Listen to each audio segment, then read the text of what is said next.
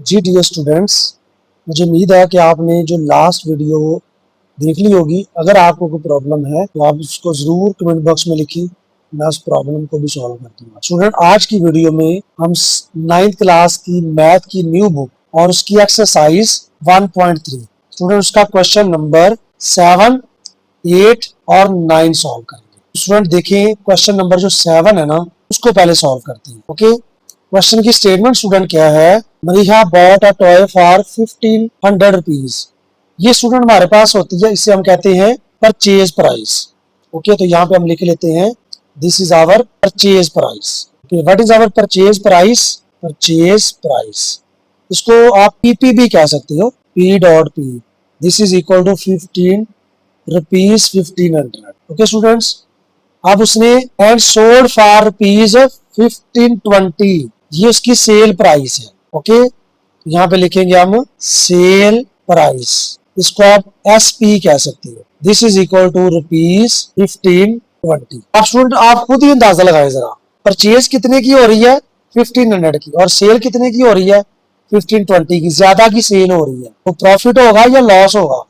Obviously profit होगा। Okay, तो हम यहाँ पे पहले फाइंड कर लेते हैं इसका प्रॉफिट। तो स्टूडेंट, प्रॉफिट का फार्मूला क्या होता है? Sale price minus purchase price. Okay, sale price हमारी कितनी है? 1520 और परचेज प्राइस 1500। तो स्टूडेंट कितना उसको प्रॉफिट हुआ? ₹20।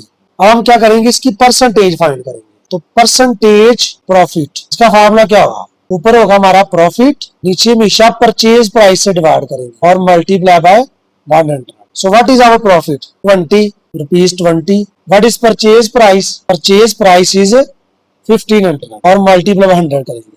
ओके स्टूडेंट, ये 2 0 कैंसिल, 20 को 15 में डिवाइड करेंगे तो हमारा आंसर आएगा 1.33%, और यही हमारी परसेंटेज है। Okay students, question number 8। जी डियर स्टूडेंट्स, क्वेश्चन नंबर 8 में क्या है? The annual income of Tayyab. Tayyab किसी कंपनी में कोई काम करता है और उसकी जो एनुअल इनकम है, एनुअल का मतलब सालाना, एक साल में वो 9,60,000 रुपीज जो है ना, वो उसकी इनकम है।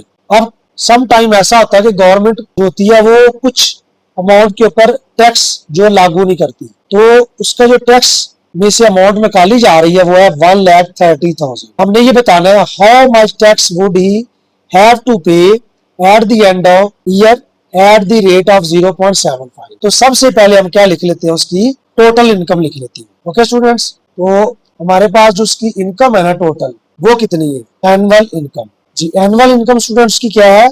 ₹9,60,000। ओके, 60,000। अब एग्जेम्प्टेड अमाउंट कितनी है उसकी? Exempted amount, this is equal to ₹1,30,000। 1,30,000। अब स्टूडेंट हमने बताना क्या है? हमने ये बताना है कि कितनी अमाउंट उसको टैक्स में पे करनी पड़ेगी। तो यहाँ पे पहले फाइंड कर लेते हैं इनकम फॉर टैक्स, वो कितनी होगी? 9,60,000 में से आप क्या करेंगे? 1,30,000 माइनस करेंगे। तो वैसे सिंपल है, माइनस कर लें तो स्टूडेंट कितना आ जाएगा? 8,30,000। 8,30,000 के ऊपर उसने टैक्स पे करना है। अब रेट उसका क्या है? ठीक है, ये ईयर टू ईयर चेंज होता रहता है। यहाँ लिखेंगे rate of tax, this is equal to 0.75%। बहुत कम है स्टूडेंट, ये तो आजकल तो 17% पे पहुंच गया है। ओके, अब स्टूडेंट हमने फाइंड करनी है अमाउंट ऑफ टैक्स। जी, अमाउंट ऑफ टैक्स क्या होगी? स्टूडेंट, जो जिस अमाउंट के ऊपर हमने टैक्स देना है ना, 8,30,000, कितने परसेंट है उसके? 0.75 और डिवाइडेड बाय 100, परसेंटेज को खत्म कर लेंगे। तो जब स्टूडेंट आप इसको मल्टीप्लाई करोगे और 100 से डिवाइड करोगे, कैलकुलेटर से भी आप कर सकते हो और सिंपल भी कर सकते हो। तो स्टूडेंट हमारा रिजल्ट जो आ जाएगा ना, वो आ जाएगा 6,225 रुपीज।